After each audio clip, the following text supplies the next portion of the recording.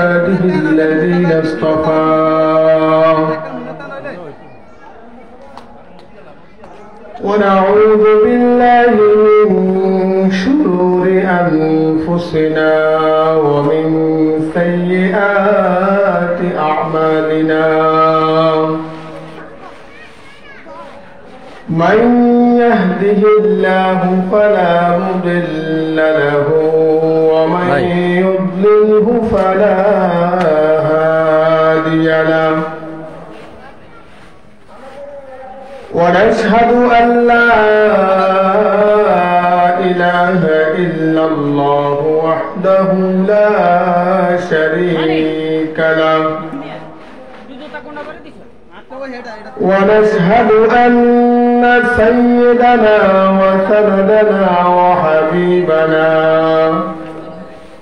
وطبيبنا وطبيب قلوب ربنا ومولانا محمد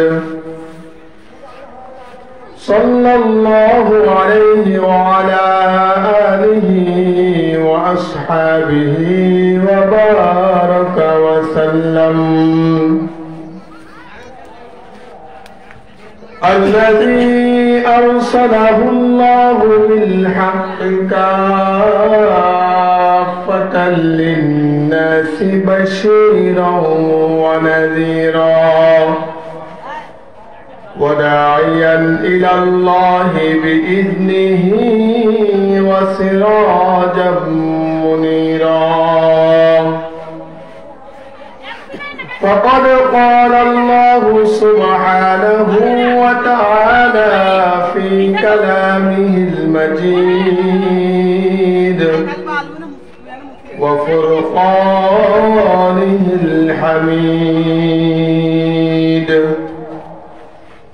أعوذ بالله من الشيطان الرجيم بسم الله الرحمن الرحيم الرحمن علم القرآن خلق الإنسان علمه البيان الشمس والقمر بحسبان والنجم والشجر يسجدان وقال تعالى في آية أخرى والذين أوتوا العلم درجات وقال النبي صلى الله عليه وسلم طلب العلم فريضة على كل مسلم أو مسلمة أو كما قال عليه الصلاة والسلام إن الله وملائكته يصلون على النبي يا أيها الذين آمنوا صلوا عليه وسلموا تسليما اللهم صل على سيدنا ونبينا وشفيعنا وحبيبنا ومولانا محمد صلى الله عليه وعلى آله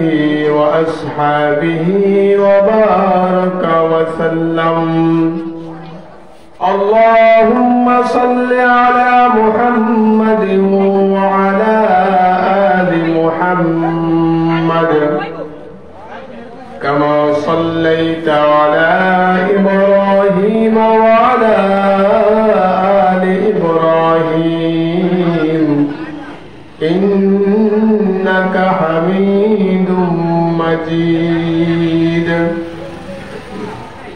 اللهم بارك على محمد وعلى محمد كما باركت على إبراهيم وعلى آل إبراهيم إنك حميد مجيد بلغ العلا بكماله كشف الدجى بجماله حسنت جميع خصاله صلوا عليه وآله يا صاحب الجمال ويا سيد البشر من وجهك المنير لقد نور القمر بلغ العلا بكماله كشف الدجى بجماله حسنت جميع خصاله صلوا عليه وآله الحمد لله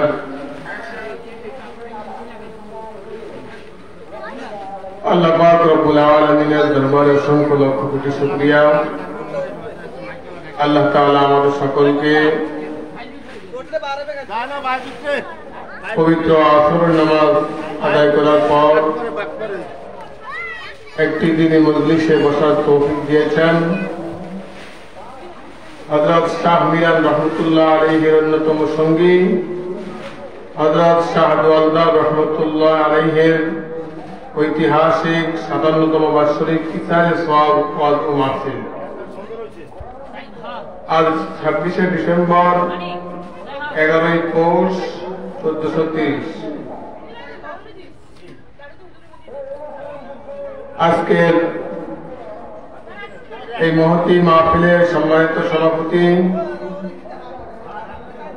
প্রধান বক্তা আলহাজ কারি হাফিজ মাওলানা মোহাম্মদ ওবায়দুল্লাহ, হযরত মাওলানা সিদ্দিক আহমেদ আনোয়ারি সাহেব, হযরত মাওলানা আবু নাসার মোহাম্মদ মাসুমিল্লাহ সাহেব, হযরত মাওলানা মোহাম্মদ নূর নবী সাহেব, সম্মানিত সভাপতি প্রফেসর মোহাম্মদ শাহ আলম সাহেব, আরো উপস্থিত রয়েছেন আজকের মাহফিলের সঞ্চালক মাওলানা মোহাম্মদ ফখরুল ইসলাম মজুমদার। সকলকে জানাচ্ছি অন্তরের অন্তঃস্থল থেকে মোবারকবাদ।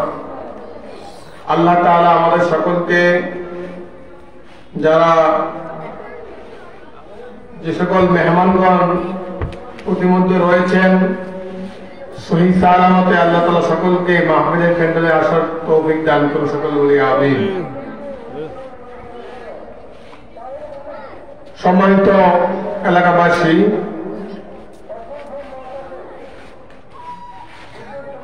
আসলে আল্লাহ তাআলার অনেক বড় রহমত যে আল্লাহ তাআলা আমাদেরকে মুসলিম হিসাবে পৃথিবীতে প্রেরণ করেছেন, ইমানের মতো দৌলত দান করেছেন। শুধু তাই নয়, সাথে সাথে আল্লাহ পাক রব্বুল আলামিন আমাদেরকে শেষ নবী মুহাম্মদুর রাসূলুল্লাহ সাল্লাল্লাহু আলাইহি সাল্লামের উম্মত হিসেবে কবুল করেছেন। এই জন্য আমরা সকলে বলি আলহামদুলিল্লাহ। আলহামদুলিল্লাহ। আমাদের দেশের ওয়াজ মাহফিলগুলা বাস্তবের পক্ষে এখন তামাশায় পরিণত হয়েছে। আমরা অনেকেই মনে করি ওয়াজ শুনবো রাত্রে, শেষ বক্তা। আমরা অনেকেই ভাবি এত ওয়াজ মাহফিল দিয়ে কি হবে।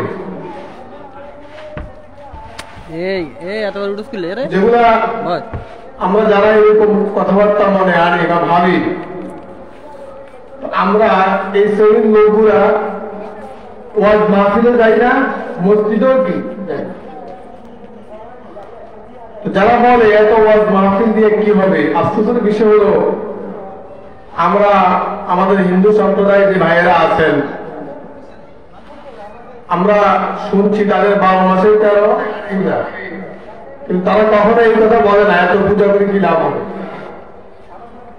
কিন্তু আমাদের মুসলিম ভাইয়েরা বিভিন্ন জায়গায় দোকানপাটে সমালোচনা করে। সমালোচনা করা ভালো, যেটা গঠনমূলক, যেটা করা যায়। অহেতুক আমরা অনেকে মনে করি যে এত ওয়াজ মাহফিল দিয়ে কি হবে, এই জন্য অনেকে আসি না। টাকা লাগলে টাকা দেওয়া যায়, অর্থ সহায়তা করে, কিন্তু উনি মাহফিলেই আসে না। তো এর অর্থ হলো উনি টাকা দিয়েছেন মাহফিলে, কিন্তু মাহফিলে আসেন নাই সুযোগ থাকা সত্ত্বেও। এর অর্থ হলো উনি টাকা দিয়ে দায়বদ্ধতা মুক্ত হয়েছে, মাহফিলের প্রতি ওনার কোনো আকর্ষণ নাই। এজন্য ওয়াজ মাহফিল বেশি হওয়া এটা দূষণীয় কোনো বিষয় না। বিষয় হচ্ছে এত মাহফিল হওয়ার পরেও আমাদের নামাজের কাতারগুলো খালি। এত ওয়াজ মাহফিল, হালকায় জিকির, ইসলাহি মজলিস হওয়ার পরেও আমাদের নামাজের কাতারগুলো কি খালি। তো এটা আমাদের জন্য একটা বিশাল দুর্ভাগ্য। আমরা ফজরের নামাজের সময় আমরা ঘুমিয়ে থাকি, অথচ রাত 1টা 2টা পর্যন্ত জেগে থাকি। রাত 1টা পর্যন্ত আমি জেগে থাকি, তখন কোনো আফসোস হয় না। কিন্তু ফজরের নামাজ আমার কাজা হয়ে যায়, সেটার জন্য আফসোস নেই।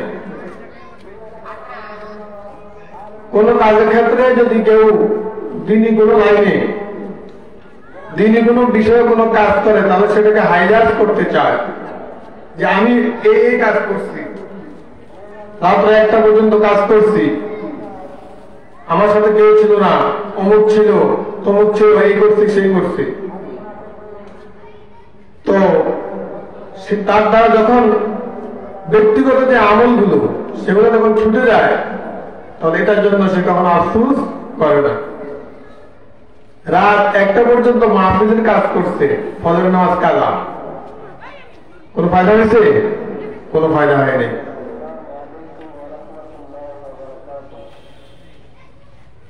সাহাবায়ে কেরামের মধ্যে যে ওমর রাদিয়াল্লাহু তাআলা জামানায় একজন সাহাবী, এরকম বুজুর্গ সাহাবী, তিনি সারা রাত্র নফল ইবাদত বন্দেগীর মধ্যে লিপ্ত ছিলেন। এরকম পর পর 2-3 দিন তিনি জামাতে আসতে পারেন নাই। আল্লাহ রাসূল সাল্লাল্লাহু আলাইহি ওয়াসাল্লামের যুগে সম্ভবত পাঠালেন যে অমুক সাহাবী কোথায়। ওনার ঘরে জিজ্ঞেস করলেন, ওনার মা বলতেছেন উনি সারা রাত তাহাজ্জুদ নামাজ পড়ছে, ফজরের সাথে সাথে ওনার তন্দ্রা এসে যাওয়ার কারণে উনি ঘুম থেকে উঠতে দেরি হয়ে গেছে, জামাত ধরতে পারেন নাই, ঘরে নামাজ পড়ছে। ওমর রাদিয়াল্লাহু তাআলা আনহু বললেন যে সারা রাত্র নফল নামাজের চেয়ে তার ফজরের জামাতে শরীক হওয়াটা সবচেয়ে বেশি কি গুরুত্বপূর্ণ ছিল। আমাদের অবস্থা এখন এরকম, আমরা মাহফিলের জন্য টাকা চাই, টাকা দিয়ে দেয়, কিন্তু সেই মাহফিলে আসে না। অথচ টাকার গরম দেখায় যে আমি তো টাকা দিয়েছি 5,000, জান আমার মাহফিলে আসা কি নাই, দরকার নেই, টাকা দিয়ে সে হেদায়েত কিনে নিছে। তো আমাদের মাহফিলগুলো এখন তামাশায় পরিণত হয়েছে আস্তে আস্তে। আমরা চিন্তা করি প্রধান বক্তা, আপনারা আমাকে একটা প্রশ্নের জবাব দিবেন, প্রধান বক্তা যে কথাগুলো বলবে সেগুলো কোরআন হাদিসের বাইরে, আর মাগরিবের পরে আসরের পরে যে বক্তা যে কথাগুলো বলবো ওগুলো কোরআন হাদিসের বাইরে, এরকম কোনো বিষয় কি না। এখন এটা হয়ে গেছে আমাদের দেশের একটা কালচার। ইচ্ছা হলে এসার পরে আড্ডাবাজি বাইরা দোকান দোকানে বুট বাদাম খাইয়া, বুট বাদাম কিনা তারপরে আমি ইচ্ছা হইলে আসার পরে প্রধান বক্তা আসলে বসি, আর না হয় বাড়ি যাই ঘুমাই। এই জন্য আমি এটাকে তামাশা বলছি। একটা মাহফিল করতে অনেক কষ্ট, আমরা জানি। একটি মাহফিল বাস্তবায়ন করার জন্য দীর্ঘ 1 মাস, 1.5 মাস, 2 মাস আগ থেকে এটা প্রস্তুতি গ্রহণ করা হয়। আমরা যারা এই কাজের সাথে সংশ্লিষ্ট, যারা এই কাজগুলো আঞ্জাম দেয়, একমাত্র তারাই বুঝে যে আসলে একটা মাহফিল করতে কতক্ষণ ব্যাগ পেতে হয়, কতজনের কাছে যাইতে হয়, কতভাবে প্রচার প্রচারণা, পোস্টার, হ্যান্ডবিল, ব্যানার, একবার ভুল হলে আবার ফোন দেয়, আবার যায়। মাহফিলের অর্থ যোগানদারের জন্য একজনের কাছে 20 বার, 25 বার, 15 বার ফোন দেওয়া লাগে। তো সে বুঝে, যারা আয়োজন করে, আয়োজন যারা থাকে, ওনারা বুঝে আসলে বিষয়টা কত কঠিন। কিন্তু আমি আপনি দূর থেকে এটাকে অনেক হালকা ভেবে আমরা আসি না। আমরা ভাবি যে এটা একটা মাহফিল তো মাত্র, না গেলে কি হয়েছে, যাবো আর কি। তো এরকম যদি করা হয় তাহলে মাহফিলগুলোর দিল থাকে না, মাহফিল করার যে উদ্দেশ্য সেটা ব্যাহত হয়। এই জন্য আমরা প্রত্যেকটি মাহফিলকে গুরুত্ব দিব। সারা বছর মাহফিল হয় না। মাহফিল আমাদের দেশে মৌসুম হলে 2-3 মাস, 2 থেকে 3 মাস আমাদের দেশে কিছু মাহফিল হয়। এতে করে যদি আমরা এটাকে এত মাহফিল কেন হয়, এত মাহফিল কেন হয়, এরপরে তো আপনি আমি মসজিদে যাই না। যদি মাহফিলগুলো উঠে যায়, দিনী মারকাজগুলো, দিনী মসজিদগুলো না হয়, তাহলে আমাদের অবস্থা কেমন হবে? এতদিনই মসজিদ হওয়া সত্ত্বেও আমরা আমাদের নামাজের কাতারগুলো থাকে ফাঁকা।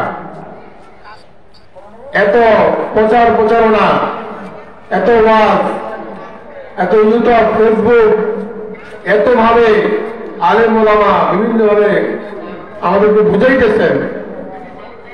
উদ্দেশ্য একটাই, যে বান্দা আল্লাহ তাআলার দিকে ফিরে আসবে, নামাজের দিকে আসবে। হযরত ওমর রাদিয়াল্লাহু তাআলার যুগে তিনি যখন গভর্নর নিযুক্ত করতেন, তিনি সর্বাগ্রে তার পরীক্ষা নিতেন নামাজ দিয়ে। সর্বাগে তার পরীক্ষা নিতেন নামাজ দিয়ে, এবং সে অঞ্চলের মানুষদেরকে জিজ্ঞাসা করতেন যে আপনাদের আমিরের অবস্থা কেমন, আমলের অবস্থা কেমন, ইমানি হালত কেমন। এই কথা জিজ্ঞেস করতেন না যে আপনাদের নেতার বাড়িঘর কেমন, বিল্ডিং নাকি ঘর, টাকা পয়সা কেমন আছে, এটা জিজ্ঞেস করতেন না। জিজ্ঞেস করতেন আপনাদের যে আমির আমি নিযুক্ত করেছি, এই আমিরের ইমানি হালত কি। যখন ভোট পাইতেন, সমর্থন পাইতেন যে আমাদের আমির ঠিক আছেন, উনি তাকবীরে উহুদের সাথে নামাজ আদায় করেন, তাহলে ওমর রাদিয়াল্লাহু আনহু বলতেন যে তাহলে আমার এই গভর্নর নিযুক্ত করা কি আছে, ঠিক আছে। অর্থাৎ যার নামাজ সঠিক আছে, তার দ্বারা তার অন্যান্য যে কাজগুলো আছে সেগুলো সঠিক হয়ে যাবে অটোমেটিক। আর যার নামাজ নাই, যদি ওই অঞ্চলের লোকজন তার বিরুদ্ধে সাক্ষী দেয় যে আমাদের আমির সঠিক সময়ে জামাতে উপস্থিত হয় না, নামাজ আদায় করে না, তাহলে ওমর রাদিয়াল্লাহু আনহু সাথে সাথে ওনার মন্ত্রিত্ব, ওনার নেতাগিরি কেড়ে নিতেন, যে আপনাকে আর এই অঞ্চলের গভর্নর রাখা যাবে না, কারণ আপনার মধ্যে নামাজের কি আছে, গাফলতি আছে। তো এইভাবে নির্বাচন করতেন। এই জন্য যে কথাটা আমি বলতেছিলাম যে আমাদের এত আয়োজন, এত ওয়াজ, এত মাহফিল, এটা করার মূল উদ্দেশ্য কিন্তু আমরা যাতে করে মসজিদমুখী হই, নামাজের কাতারে দাঁড়াই। আজকে এই মাহফিলকে উদ্দেশ্য করে যদি আমরা নামাজ না পড়ি তাহলে আপনারা আমার এই মাহফিল করার 4 পয়সার মূল্য আল্লাহ তাআলার দরবারে থাকবে না। আমরা যেভাবে ইসলামকে প্রচার করি, আমরা কেউ মাদ্রাসায় পড়াই, কেউ আমরা মাদ্রাসায় পড়ি, কেউ কোরআন হাদিসের তালিমে বসি, ওয়াজ মাহফিল করি, বিভিন্ন হালকা কায়েম করি, বিভিন্ন খানকা দরবার হক্কানি আলেমদের নিকট যাই, একটাই উদ্দেশ্য আমি আমার আমলকে কি করা, সহিশুদ্ধ করা, ঠিক করা। যদি আমার আমলকে সহিশুদ্ধ করতে না পারি তাহলে এত ওয়াজ মাহফিলের প্রয়োজন ছিল না।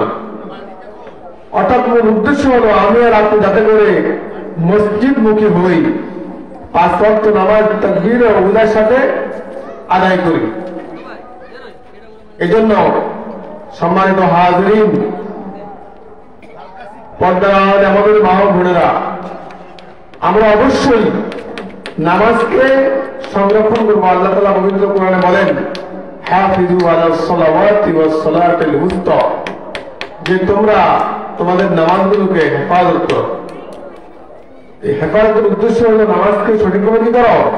ইন্নাস সালাতা কানাত আলাল মুমিনিনা কিতাবাম মাওকুতা, মুমিন তো ওই ব্যক্তি যে সঠিক সময় শুদ্ধভাবে খুশুর সাথে আল্লাহ তাআলার ভয়কে অন্তরে লালন করে নামাজের কাতারে দাঁড়ায়, নামাজের বিচারে দাঁড়ায়, সেই তো প্রকৃতি মুমিন। এজন্য আমরা আমাদের দুনিয়াবি যত কাজ আছে সবগুলোকে রেখে যখন নামাজের সময় হবে আমরা অবশ্যই আগে নামাজকে আদায় করে নিব। আল্লাহ রাসূল সাল্লাল্লাহু আলাইহি ওয়াসাল্লাম বলেন, আউয়ালু মা ইউহাসাবু বিহিল আবদু ইয়াউমাল কিয়ামাতিস সালাহ। আল্লাহ তাআলা কাল কিয়ামতের ময়দানে বান্দার দুটি বিষয়ে সর্বাগ্রে হিসাব দিবেন। তার মধ্যে একটি হলো বান্দার হক, আরেকটি হলো আল্লাহর হক। আল্লাহর হকের মধ্যে হলো নামাজ, ইউহাসাবু বিহিল আবদু ইয়াউমাল কিয়ামাতিস সালাহ, নামাজের হিসাব তিনি আগে নেবেন। আল্লাহ তাআলার যে হকগুলো আছে সেগুলোর মধ্যে আগে কিসের হিসাব নেবেন, নামাজের। আর বান্দার হকের মধ্যে যেগুলো আছে, যদি আমি কোনো বান্দার হক মেরে খাই, যদি আমি কোনো বান্দাকে সামান্য পরিমাণ বিন্দু পরিমাণ কষ্ট দিয়ে থাকি, যারাতুন শাররান ইয়ারা আমাইয়া আমাল মিসকালা যারাতুন খায়রান ইয়ারা শাররান ইয়ারা, তাহলে সেটার হিসাব কাল কিয়ামতের ময়দানে যতক্ষণ পর্যন্ত বান্দা আমাকে ক্ষমা না করবে ততক্ষণ পর্যন্ত আল্লাহ তাআলাও করবেন না, ক্ষমা করবেন না। আমরা অনেক সময় হাসি ঠাট্টার ফলেও অনেক বান্দাকে একে অপরকে কষ্ট দিয়ে থাকে কথার মাধ্যমে, লোক সম্মুখে একজন আরেকজনকে এরকম লজ্জা দিয়ে থাকে। এটাও করা যাবে না, হাদিসে পাকের মধ্যে স্পষ্ট নিষেধ আছে। যদিও ওই ব্যক্তি লজ্জা পাইছে, লোক সম্মুখে আপনাকে কিছু বলে নাই, তো মনে মনে কষ্ট নেওয়ার কারণে কালকে আমাদের ময়দানে আমাকে আপনাকে সেটা হিসেবে কি দিতে হবে। আমরা অনেক সময় অনেকের অনেক জিনিস না বলে নিয়ে যায়। এই যে মনে করেন এখন শীতের মৌসুম চলতেছে, অনেকে শাকসবজির বিভিন্ন ক্ষেত করছে, আমরা কি করলাম, রাস্তার পাশে গেলাম, জমিনে গেলাম, গিয়ে তার কয়টা শাক, কয়টা ধনে পাতা, ও আর কি বলবে, ওকে বলা যাবে, সমস্যা নেই। এরকম করে আমরা নিয়ে আসি না, আসি সম্পূর্ণ না যায় না, কি হারাম। লা ইয়াদখুলুল জান্নাতা জাসাদুন গুযিয়া বিল হারাম। আমরা একটা ফল যদি রাস্তায় পেয়ে থাকি, যদি আমার মনে হয় এই ফলটা অমুকের, আমি জানি, তাহলে আমার কাজ এখানে দুইটা, হয় আমি সেটা ধরবো না, অথবা যদি ধরি তাহলে তাকে পৌঁছে দেওয়া, তাকে কি করা, আমার সহকারে তাকে পৌঁছে দেওয়া। যদি সে আপনাকে খাওয়ার অনুমতি দেয় তাহলে আপনি খেতে পারবেন, এর আগে আপনার খাওয়ার অনুমতি নাই। যাক, সেদিকে আমি যাবো না। সম্মানিত হাজরিন, আজকে এই ইসাদে সওয়াব মাহফিলে আমরা একত্রিত হইলাম। ইনশাআল্লাহ আমাদের মাঝে আরো অনেকেরা আসবেন, বয়ান করবেন, আমরা অবশ্যই শুনবো। ইসাদে সওয়াব যে মাহফিলটা সংক্ষিপ্ত আকারে আমি যে একটা কথা বলবো, সেটা হলো ইসাদে সওয়াব করা যায়, এমনকি এটা সওয়াবের কাজ। মনে করেন কেউ মারা গেলে, মারা যাওয়ার সাথে সাথে আমি মুসলমান হিসেবে আমার উচিত হবে তার রোহের মাগফিরাত কামনায় ইসারে সওয়াবের নিয়তে, ইসার মানে পৌঁছানো, সওয়াব মানে সওয়াবে, অর্থাৎ সওয়াব পৌঁছানোর নিয়তে তার রোহের মাগফিরাত কামনায় সূরা ইখলাস 3টা পাঠ করা, সূরা ফাতিহা একবার কি করা, পাঠ করা। এটা আমার মুসলমানের দায়িত্ব। আর না পাঠ করলেও আমি গুনাহগার হব না, পাঠ করলে তার কবরে সওয়াব কি পৌঁছবে। আজকে আমাদের মাহফিলের যে হেডলাইন সেটা হলো ইসারে সওয়াব। ইসারে কি সওয়াব, ইসারে সওয়াব করা জায়েজ। এজন্য এই মাহফিল করাও কি আছে, জায়েজ আছে, না জায়েজ কিছু না। তবে হ্যাঁ, মক্কা মদিনা ব্যতীত, রওজায়ে মুবারক ব্যতীত পৃথিবীর কোন জায়গা, কোন মহান ব্যক্তির কবর জিয়ারত করার উদ্দেশ্যে যাওয়া কি নাই, জায়েজ নেই। এই মাসলা কি জানেন? যদি না জানেন তাহলে আপনি শুনে রাখেন। শুধুমাত্র নবী সাল্লাল্লাহু আলাইহি সাল্লামের রওজা মুবারক জিয়ারতের উদ্দেশ্যে যাওয়া জায়েজ আছে। আর পৃথিবীর কোন কবর, যত ওলি আল্লাহ, এমনকি আব্দুল কাদের জিলানী রাহমাতুল্লাহ আলাইহি যদি তিনার মাজার হয়, তিনার কবর হয়, তাহলে সেই নিয়তে আপনাকে যাওয়া কি নাই, জায়েজ নেই। তবে হ্যাঁ, আপনি কোনো কারণে সে অঞ্চলে কি গেছেন, আপনি কোনো কারণে ইরাক গেছেন, এখন ভাবলেন ইরাকে তো হাসান হুসাইন আলী রাদিয়াল্লাহু আনহুর কবর আছে নাই, আছে। আব্দুল কাদের জিলানী আছে নাই, সেই সুবাদে আপনি কবর জিয়ারত করে আসতে পারেন, কোনো সমস্যা কি নাই। কিন্তু তাদেরকে উদ্দেশ্য করে বাংলাদেশ থেকে আপনি যাবেন, এটা কি নাই। এই জন্য আমরা সওয়াব পৌঁছাবো কবরবাসীদের জন্য, কিন্তু কাউকে উদ্দেশ্য করে কি কোনো কিছু করা যাবে না। এটা আমাদেরকে স্মরণ রাখতে হবে। তাহলেই ইনশাআল্লাহ আশা রাখি আমাদের এই কষ্ট, আমাদের এই আয়োজন বিফলে যাবে না, সব হবে। আর যদি আমাদের নিয়তের মধ্যে গরমিল থাকে, তাহলে বাবা যত টাকাই খরচ করো কোনো কাজ হবে না। এই জন্য আল্লাহ রাসূল বলছেন, ইন্নামাল আমালু বিন্নিয়াত, আগে নিয়তকে পরিষ্কার করো, নিয়তকে আগে পরিশুদ্ধ করো। যদি তুমি নিয়তকে পরিশুদ্ধ না করো, তাহলে তুমি যদি সারাদিন নামাজ পড়ো, নামাজ কি হবে?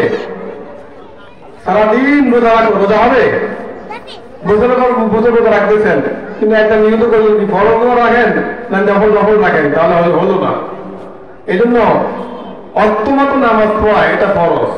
নামাজের নিয়ত করতে হবে যে আমি এখন আজকের আসর নামাজ কি পড়তে আছি, এটা মনে মনে থাকলেই হবে, নিয়ত বলতে হবে না। নিয়ত বলার জিনিস না, এটা মনে করার জিনিস। এটা নিয়ত বলার জিনিস না, এটা মনে রাখার জিনিস, যে আমি এখন ওযু করতেছি আসরের সালাত কি পড়ার জন্য, এটার নামই নিয়ত। আমি এখন মাগরিবের নামাজ পড়বো, মসজিদে যাচ্ছি, এটার নামই কি নিয়ত। তাহলে নিয়ত রাখতে হবে যে ভালো কিছু। এক ব্যক্তি বাড়ির ঘরের দক্ষিণ দিকে জানলা দিছে কি জন্য? নিয়ত করছে বাতাস খাইব, বেশি বেশি কি আসবে, বাতাস আসবে। আরেক ব্যক্তি বলছে জানলা দিছে যে ফজরের আজান কি শুনবে। এখন আপনারা বলেন, যে ব্যক্তি আজান শুনবে তার কি বাতাস আসবে না? কিন্তু তার নিয়তের কারণে তার সব বেড়ে যাবে। কেন? কারণ সে আজান শোনার জন্য জানলা কি দক্ষিণ দিকে বেশি দিচ্ছে, একটা বেশি দিচ্ছে, যে আজানটা রাত্রে আজান শুনলে, ফজরের আজান শুনে আমার কর্ম গৌরে আজান প্রবেশ করবে, আমি কি নামাজের জন্য উঠবো, বাতাস থেকে সে বঞ্চিত থাকবে না। কিন্তু যিনি নিয়োগ করতে শুধু বাতাস খাওয়ার জন্য, কিনা ওই আজানের যে সওয়াব পাবে, সেটা কিন্তু আর হবে না, তার গুণও হবে না, তো গুণও কি হবে না। কিন্তু এর নিয়ত ভালো থাকার কারণে এ বাতাসও খাইল, আজানের সওয়াব সে কি পাবে। এই জন্য আমাদের নিয়তকে আগে পরিশুদ্ধ করতে হবে। আপনি 100 বছর এখানে মাহফিল করেন, কোনো আপত্তি নেই, কিন্তু কারো নামে কোন মাজার, অমুকের মাজার বা এই সেই না, এরকম কোন নিয়ত থাকে কি? আমরা আল্লাহর জন্য করতেছি। কার জন্য? আল্লাহর জন্য। আমার জান এবং প্রাণ, আমার জন্ম, আমার মৃত্যু সবকিছু কার জন্য? লিল্লাহি তাকবীর, আল্লাহর জন্য। এই নিয়ত যখন আমাদের থাকবে, ইনশাআল্লাহ আশা করা যায় আমি 100 বছর এখানে মাহফিল করলাম, কালকে আমাদের ময়দানে যখন আল্লাহ বলবেন যে তুমি আমার জন্য কি আনছো, আল্লাহ আমি তো আপনার জন্য কিছু আনতে পারি নাই, আমি তেমন কোনো আমলও কি করতে পারি নাই, তবে আমি আলেম ওলামাদেরকে মহব্বত করে আমি মৃত্যু ব্যক্তিদের সওয়াব পাঠানোর উদ্দেশ্যে আমি কিছু কাজ দুনিয়াতে করেছি, এই পুঁজি ছাড়া আমার আর কিছু কি নাই বলতে পারবো। তাহলে যদি আল্লাহর রহম হয়, আল্লাহ আমাদের ক্ষমা করেও দিতে পারে। কারণ আমাদের কোনো আমল দিয়ে আমরা কখনো জান্নাতে যাইতে পারবো যদি আল্লাহর রহমত না থাকে। তবে আল্লাহ বলছেন লা তাকনাতু মির রাহমাতিল্লাহ, বান্দা তোমরা আমার রহমত থেকে কখনো নিরাশ হইও না। যদি তুমি সমুদ্রের ফেনার পরিমাণ তোমার গুনাহ হয়ে যায়, যদি তোমার গুনাহ উহুদ পাহাড় সমান হয়ে যায়, তারপরেও তুমি আমি আল্লাহর দিকে রুজু হও, আমার নিকট ক্ষমা প্রার্থনা করো, ইন্নাল্লাহা হুয়াত তাওয়াবুর রহিম, তওবা করো, নিশ্চয় আমি তওবাকারীকে বেশি কি করি? পছন্দ করি। এই জন্য আমরা দোয়া করব আমাদের এই আজকের মাহফিলটা যেন শুধুমাত্র আল্লাহ তাআলার উদ্দেশ্যে, আল্লাহকে রাজি খুশি করার জন্য কি হয়, তাহলে আমরা অবশ্যই এখান থেকে সওয়াব লাভ করতে পারবো। কোন ব্যক্তির সাথে মহব্বত রাখা সেটাও আল্লাহর জন্য। মানে আহাব্বা লিল্লাহ, কোন ব্যক্তির সাথে শত্রুতা পোষণ করা সেটাও তার জন্য, আল্লাহর জন্য হতে হবে। ওই এলাকার এমপি, এলাকার চেয়ারম্যান, টাকাওয়ালা, এই জন্য তার সাথে মহব্বত, তাহলে কোনো সব কি বরঞ্চ এতে করে আল্লাহ তাআলা নাকচ হন। আর ওই ব্যক্তি আমার দলের বাইরে, ওই ব্যক্তি আমার কথা শুনে না, আমার কমেন্ট মানে না, এই জন্য সে আমার শত্রু, এটাও করা কি যাবে না। হ্যাঁ, ওই ব্যক্তি শরীয়তের খেলাফ কাজ করে, সে শরীয়তের বিরুদ্ধে কথা বলে, এই জন্য তার সাথে আমার রাগ, এটা কার জন্য? আল্লাহর জন্য। আর আমি অমুক আলেমকে, অমুক মানুষকে তিনি নামাজ পড়েন, দিনদার, ভালোবাসি, এটা আল্লাহর জন্য।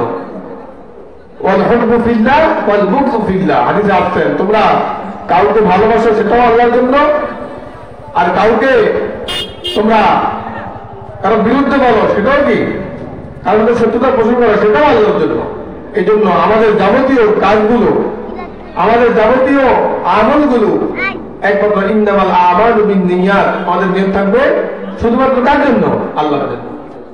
সম্মানিত হাজিরিন, আপনাদের সামনে আমি কুরআনুল কারীম থেকে সূরা আর রহমানের প্রথম 4-5টা আয়াত পাঠ করেছি। রাসূলুল্লাহ সাল্লাল্লাহু আলাইহি ওয়াসাল্লাম অসংখ্য হাদিস থেকে একটি হাদিস পাঠ করেছি। সময় স্বল্পতার কারণে আমি শুধুমাত্র এই আয়াত এবং আয়াতে কারিমা এবং হাদিসের অর্থ বলেই আমি ইনশাআল্লাহ আমার আজকের আলোচনা শেষ করব। এরপরে আমাদের ইনশাআল্লাহ বাদ মাগরিব আমাদের সভাপতি সাহেব, আজকের মাহফিলের সভাপতি সাহেব, আলহামদুলিল্লাহ উনি উপস্থিত আছেন, উনি বাড়িতে আসছেন, আমার সাথে দেখা হয়েছে, উনিও আসবেন। আমাকে বলছেন আমাদের রামগঞ্জ থানার সম্মানিত ওসি সাহেব আবুল বাশার সাহেব, উনিও আসবেন ওনার সাথে। আমরা ইনশাআল্লাহ তাদের কথা শুনবো। আমাদের প্রধান মেহমান এবং আমাদের আরেকজন খুব বর্ষিয়ান বক্তা সিদ্দিক আহমদ আনোয়ারি সাহেব, উনিও আসবেন, আমরা ওনাদের কথা শুনবো ইনশাআল্লাহ। তো আমি যে আয়াতে কারিমা এবং যে হাদিস পাঠ করেছি, এই আয়াতে কারিমা এবং হাদিসের অর্থ বলে আমি আমার সংক্ষিপ্ত বক্তব্য শেষ করবো ইনশাআল্লাহ। তো আল্লাহ পাক রব্বুল আলামিন পবিত্র কুরআনুল কারীমের একটা সূরা আছে, সূরা আর রহমান। সূরাটার নাম কি? আর রহমান। এই সূরাটার আর রহমান যে শব্দটা, এই শব্দটি অনেক ব্যাপক। এই শব্দের অর্থ হলো যে দয়ালু, তিনি কি দয়ালু। আর রহমান আল্লাহ তাআলার 99 নামের যে নাম আছে, আর রহমান একটি নাম গুণবাচক। আল্লাহ তাআলার মোট নাম কয়টি? 99টি। কয়টি? মানে প্রসিদ্ধ হাদিসের 99টি, এরপর আরো কম বেশি আছে। 99টি নামের মধ্যে একটা নামে জাতি, অর্থাৎ ওই নামের কোনো অর্থ নাই। কি নাই? অর্থ নাই, সেটা আল্লাহ। সেটা কি? আল্লাহ, এটা জাতি নাম। আর যত 98টা নাম আছে, ইয়া রহমান, ইয়া কারিম, ইয়া সত্তার, ইয়া রহমান, ইয়া রহিম, এই সবগুলো গুণবাচক নাম। কি বাচক নাম? গুণবাচক নাম। অর্থাৎ এক একটা নাম দিয়ে আল্লাহ তাআলা এক একটা জিনিস কাল কিয়ামতের ময়দানে প্রকাশ করবে। যারা মুজরিম, আমতাজুল ইয়াওমা আইয়ুহাল মুজরিমুন, যারা আল্লাহর নাফরমানি করে দুনিয়া থেকে যাইবেন, তাদের সামনে আল্লাহ তাআলা কহার নাম প্রদর্শন করবেন। তারা বলবে, আল্লাহ আপনি না রহমান, আপনি দয়াল সাগর ছিলেন, আপনি দুনিয়াতে আমাদেরকে পাঠাইছেন, অথচ আপনার এই নামের অর্থ কোথায়? ইয়া রহমান, ইয়া রহিম। আল্লাহ বলবেন, তুমি কি আমার আরেকটা নাম শুনো নাই? কহার। তুমি তো আমার রহমান নাম শুনছ, কিন্তু তুমি আমার কহার নাম শুনো নাই। লা যুলমাল ইয়াওম, আল ইয়াওমা তুজজা কুল্লু নাফসিন বিমা কাসাবাত, লা যুলমাল ইয়াওম। আল্লাহ বলবেন যে আজকের এই দিনে আমি কারো প্রতি কোনো জুলুম করব না, যার যার প্রাপ্য সে নিয়ে যাবে। এই জন্য আল্লাহ তাআলা রহমান যে নামটা, এই সূরাটার নাম দিয়েছেন রহমান। এই রহমান শব্দের অর্থ হলো দয়ালু। আর এই দয়াটা ব্যাপক, এটা দুনিয়ার ক্ষেত্রে প্রযোজ্য। তাফসীরে বাইবেলের মধ্যে আসছে, এটা আমার ব্যাখ্যা আছে। আমরা একটা ব্যাখ্যা হলো যে রহমান নাম যে শব্দটা আছে, রহমান, এই রহমান নামের শব্দটার অর্থ হলো দয়ালু। এই দয়ালু শব্দটা এটা দুনিয়ার ক্ষেত্রে। কোন ক্ষেত্রে? দুনিয়ার ক্ষেত্রে। আর আরেকটা নাম আছে রহিম, আছে না? আর রহিম আছে নি? আর রহমান আর রহিম, আলহামদুলিল্লাহি রাব্বিল আলামিন, আর রহমানুর রহিম, এখানে দুটো নাম কিন্তু একসাথে আসছে।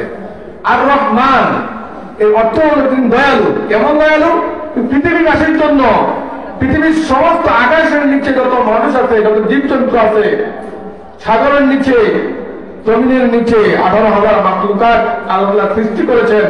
আসমানের উপরে যত জিনিস আছে, যত গাছপালা, নদী নালা, খাল বিল, কীট পতঙ্গ, অঙ্গ পতঙ্গ, যত কিছু আছে, মানুষ, জীব জন্তু, জানোয়ার, চাই সেই মানুষ মুসলমান হোক বা অমুসলিম হোক, সে আল্লাহর নাফরমানি করুক অথবা আল্লাহর ইবাদত করুক, সবার ক্ষেত্রে থেকে কি রহমান। সুবহানাল্লাহ। অর্থাৎ একজন কাফেরকেও তিনি পেট ভরে আহার করতে দেন দুনিয়াতে, যে আল্লাহ তাআলার নাফরমানিতে লিপ্ত সর্বদা। একজন বেঈমান নাস্তিককে আল্লাহ দুনিয়াতে সম্মান দেন কি দেন না? দেন। হ্যাঁ, অমুক স্যার, অমুক এমপি, অমুক মন্ত্রী, আসলে সে নাস্তিক। সে কি? সে নাফরমান, আল্লাহ তাআলার বিরুদ্ধে সে নাফরমানি করতেছে, কিন্তু আল্লাহ তাআলা তারপরে তাকে কি সম্মান দিচ্ছেন, খাওয়াই দিচ্ছেন। এখন আবার আল্লাহ এটা বলছেন, যে দেখেন দুনিয়াতে এইসব পদমর্যাদা, এই সম্মান রেখা, হে নবী আপনি হতাশ হয়েন না। আপনি কি হতাশ হয়েন না, কারণ আমি দুনিয়ার ক্ষেত্রে কি রহমান। সুবহানাল্লাহ। যে আমার বিরোধিতা করে, যে আমার রাসূলের বিরোধিতা করে, রাসূলকে গালি দেয়, তাকেও আমি খাওয়াই। আর যে আমার পক্ষে, আমার আনুগত্য বান্দা, তাকেও কি খাওয়াই। অনেক ক্ষেত্রে তাকে আমার নাও খাওয়াই। অনেক ক্ষেত্রে একটু হয় না, কি আমি তো একটু মুসলমান, 5 ওয়াক্ত নামাজ পড়ি, আমার ছেলে সন্তান মাদ্রাসায় পড়ে, দিনী কাজের সাথে আমি জড়িত, অথচ আমার বিরোধ লেগেই আছে। এরকম আমাদের মধ্যে আছে না? আমি সে হতাশ, কি রে, আমি তো সব কিছু করার চেষ্টা করি, তারপরে কেন আমার এরকম? আল্লাহ বলছেন, বান্দা তুমি হতাশ কি হইও না। আর ওই বেলা নামাজ নাই, রোজা নাই, সেই দিন ইসলামের বিরুদ্ধে বলে, মাহফিলের বিরুদ্ধে বলে, ওই মাদ্রাসার বিরুদ্ধে বলে, মানে আলেম দিকে তার কাজ হলে, হুজুর দিকে তার কাজ হলে, আমরা এতে 3টা বিদাস, একটা আমেরিকা, একটা লন্ডন, আর একটা কানাডা, টাকার অভাব নাই, 10 টাকা 20 টাকা বাড়ি। আর আমি নামাজ পড়ে আল্লাহকে মারি, তারপরে আমার কি বিপদ লেগে আছে। আল্লাহ বলছেন বান্দা তুমি হতাশ হও না, কারণ দুনিয়ার ক্ষেত্রে আমি কি রহমান। তাহলে রহমান শব্দ এটা ব্যাপক, এটা কি ব্যাপক, সবার ক্ষেত্রে এটা প্রযোজ্য হবে। আর রহিম যে শব্দটা আছে এটা স্পেশাল, এটা কি স্পেশাল বান্দাদের জন্য, আল্লাহ তাআলা নেক বান্দাদের জন্য কাল কিয়ামতের ময়দানে তিনি সেটা প্রয়োগ করবেন। তখন এই যারা আল্লাহ তাআলার নাফরমানি করছে দুনিয়াতে তারা ধরা খেয়ে যাবে, বলবে আল্লাহ আমরা তো জানি আপনি রহমান, তো রহমান নামের যে দয়া আপনি তো সেটা প্রদর্শন করতে পারেন। আল্লাহ বলবেন আমি দুনিয়াতে সেটা তো বলি কি রহিম নাম যেই তিনি প্রদর্শন করবেন সেটা আখেরাতে এই আমার মতো আপনাদের মতো কিছু বান্দা থাকবে যারা গুনাহের বোঝা নিয়ে কাল কিয়ামতের ময়দানে উপবিষ্ট হবে। হবে কি হবে না? হবে। তখন আল্লাহ বলবেন যে এই বান্দার গুনাহ আছে ঠিক আছে, কিন্তু সে আমার বান্দা, সে আমার হুকুম আহকামগুলো মানার চেষ্টা করছে দুনিয়াতে। কোন করে শীতের রাত্রে উঠে সে নামাজ পড়েছে, ফজর নামাজ জামাতের সাথে আদায় করার চেষ্টা করছে, সে যৌবন বয়সটা আমার রাস্তায় কাটিয়েছে। হয়তোবা সে ভুলক্রমে অথবা ইচ্ছাকৃত কিছু গুনাহই করেছে, আজকে আমার রহিম নামের উসিলায় আমি তার এই গুনাহগুলো ক্ষমা করে দিলাম। সুবহানাল্লাহ। অর্থাৎ স্পেশাল ক্ষমা, এটা কি স্পেশাল ক্ষমা। আমাদের আলেম ওলামাদেরকে দেখলে কয় না হুজুর আলেমরা আগে রান্না যাবে আপনি তৎকানকার কয়নি। আর আল্লাহ কি বলছে জানেন? আল্লাহ বলছেন দেখো ওই যে রহমান রহিম নামের যে স্পেশাল ক্ষমা আমি এটা আলমদের জন্য রাখছি। সুবহানাল্লাহ বলুন না। আমি এটা আমার স্পেশাল কিছু বান্দা আছে আলেমদের পিছনে আমি পর্দার আড়ালে কি করি এটা তুমি দেখবা নি? তুমি দেখবা? দেখবা না। আমাদের দুনিয়াতে এরকম জেলখানার মধ্যে যাওয়া যায় সবার কোয়ালিটি এক নেই। আমি টাকা দিবেন তারা এমনির মধ্যে যায়, এরা তো জেলখানা এটি ভালো হয়েছে দুনিয়ার সব দামালা বাদ দিয়ে এখানে দুধের মতো খাইতেছি, গরু মাংস দিয়ে প্রতিবেলা ভাত খাই আর ঘুম যাই, বাহ আরাম। অর্থাৎ তার জন্য এটাই কি সম্মান, এটাই কি, অথচ সে কয়েদি, সে কি অপরাধী। অর্থাৎ এটা তার জন্য সাজা দুনিয়াবি হিসেবে, কিন্তু সেটা হচ্ছে কি আরাম। আল্লাহ তাআলা এমন কিছু বান্দা দুনিয়াতে আছে যারা আখিরাতে কিয়ামতের ময়দানে গ্রেফতার হবে, কিন্তু কি বিচার আল্লাহ করেন সেটা পর্দার আড়ালে। সেটা কোথায়? এই রহিম নাম তখন থেকে প্রয়োগ করবেন। সুবহানাল্লাহ। রহিম এই মিয়া তুমি পাল মারো, হুজুরের আগে জাহান্নামে যাইব, তো হুজুরের জাহান্নামে যাইব আগে, হুজুরের বিচার আগে হবে। বিচার কি হয় সেটা কি তুমি দেখবে নি? তোমাকে দেখাবে না। আর তোমার বিচার আবার আদম থেকে নিয়ে কিয়ামত পর্যন্ত যত মানুষ আইছে সবার সামনে তোমার বিচার করবে, তখন কি অবস্থা হবে? তুমি তো খুব ভালো সাহায্য লোক সমাজে এলাকার মধ্যে, তুমি নেতা ছিলা, তুমি অমুক ছিলা তমুক ছিলা, টাকাওয়ালা ছিলা, খুব ভালো করে দেখাইছ, কিন্তু তোমার সমস্ত আকাম কুকাম গুলা আল্লাহ তাআলা ক্যামেরার মধ্যে রাখছে কিনা? 1971 সালের যুদ্ধ যদি আমরা কিন্তু দেখতে পারি, কিয়ামতের ময়দানে আল্লাহ আল্লাহকে দেখাবো না আমাদের আমলগুলা। লা ইউগাদিরু সাগীরাতাও ওয়ালা কাবীরাতান ইল্লা আহসাহা। মানুষ বললে আল্লাহ এটা কেমন আমল নামা? লা ইউগাদিরু কেমন আমল নামা? সাগীরাতাও ওয়ালা কাবীরাতান ইল্লা আহসাহা। ছোট বড় কোনো জিনিস আপনি ছাড়বেন নাই, কারণটা কি? মানুষ আল্লাহই বলবে। মানুষ তখন আল্লাহর সাথে সহযোগ করবে, আল্লাহ আমি এগুলো করিনি, তখন আল্লাহ সিসি ক্যামেরা কি ছাড়ো কে। তখন বান্দার কি হবে? আল্লাহ বলবেন বান্দার জবানটা বন্ধ করে দাও। এই ফেরেশতা বান্দার কি করো? বান্দার জবানটা বন্ধ করে দাও। وقالوا لجلودهم لما شهدتم علينا قالوا أنطقنا الله الذي أنطق كل شيء। আল্লাহ বলবেন ফেরেশতা আমার এই বান্দা উল্টা পাল্টা বলতেছে, তার সিসি ক্যামেরা গুলো দেখাইয়া দাও, সে বদ আমল গুলা করেছিল দুনিয়াতে, মিথ্যা কথা বলছিল, মিথ্যা সাক্ষী দিছিল, মিথ্যা সাক্ষী দিয়া একজন মানুষকে জেলে ঢুকাইয়া দিছে, আছে না নাই? মিথ্যা কথা বইলা টাকা খাইয়া এলাকার মধ্যে সালিশ সিগনি কইরা মিথ্যা কথা বইলা টাকা খাইয়া বিচারটা ঘুরাইয়া দিছে, আপনার নাই? আছে। আল্লাহ পাক বললেন তোমার যে সিসি ক্যামেরা যে রেকর্ড তুমি করেছিলে সেটা দেখাও। কিরামান কাতিবিন, আসলে আমাদের দুই ফেরেশতা না, ফেরেশতা দেখাইয়া দিবে এই বান্দা এই তোমার আমল। তখন বান্দা বলবে লা ইউগাদিরু সাগীরাতান ওয়ালা কাবীরাতান ইল্লা আহসাহা। আল্লাহ কেমন তোমার ক্যামেরা, এই তোমার আমল কেমন যে তুমি একটা বিষয় ছাড় দাও না। তখন আল্লাহ বলবেন তুমি তো মৃত্যু। ফেরেশতাকে বলবে তার জবানকে বন্ধ করে দাও।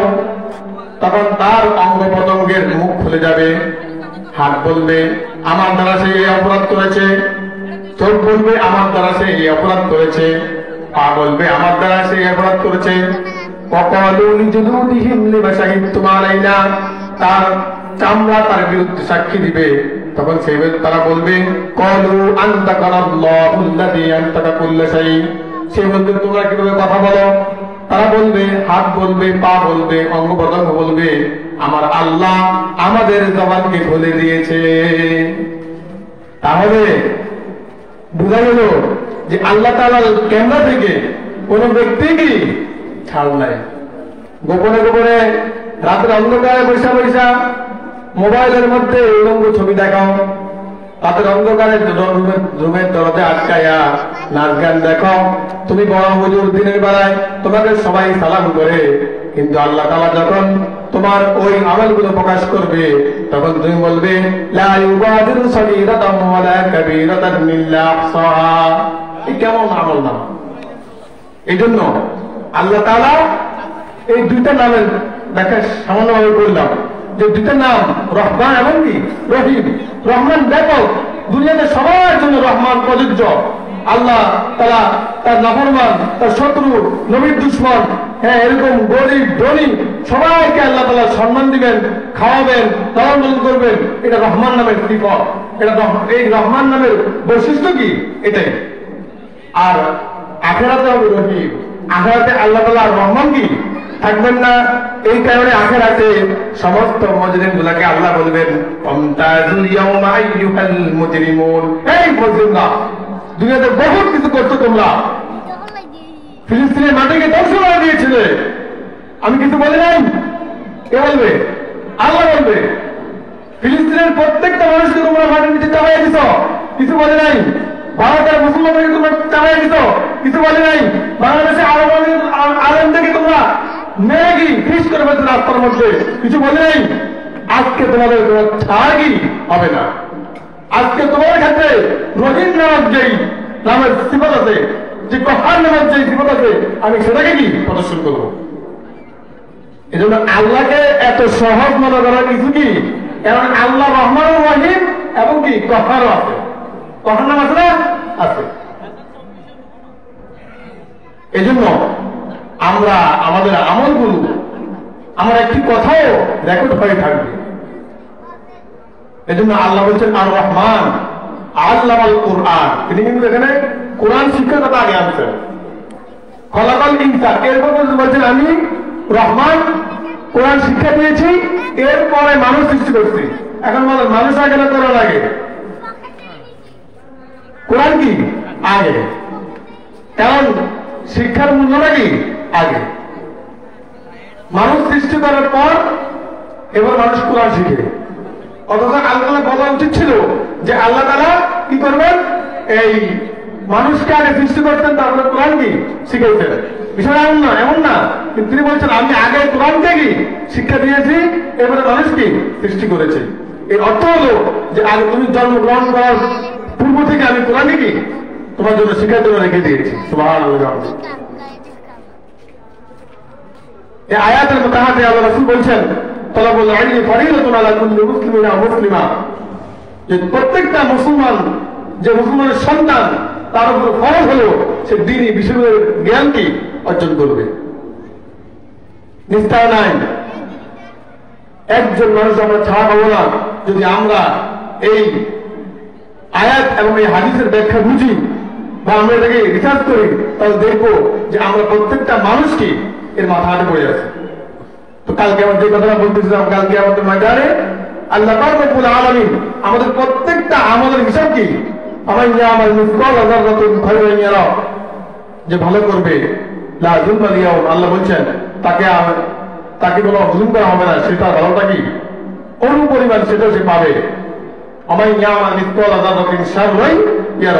আবার যে খারাপ করবে তার প্রতিও কোনো জুলুম করা হবে না, তার প্রাপ্য তাকেও কি দেওয়া হবে।